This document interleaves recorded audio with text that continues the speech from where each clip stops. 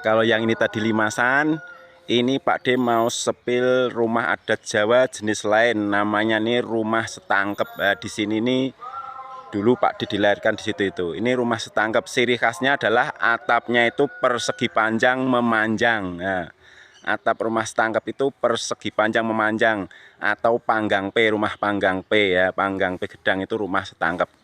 Ini ciri khasnya adalah atapnya persegi panjang memanjang dengan tiang baku 8 tiang, sama seperti limasan. Kecuali limasan jenis trajumas itu tiang penyangganya 6 dibagi 2 tengah dikasih under. Nah, ini rumah panggang P atau setangkep. Nah, di sini nih dulu Pak D lahir. Di sini nih. Nah, untuk dalamnya itu sama.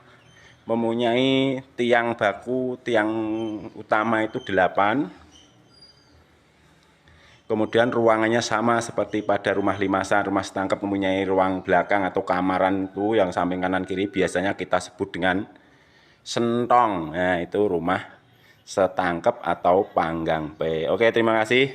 Nanti kita sepil untuk bagian dalam dari rumah yang tadi, yang rumah limasan, di mana tadi dulu tempat Pak D bermain waktu kecil itu dulu di situ adalah rumah Mbah Pak D. Oke, terima kasih.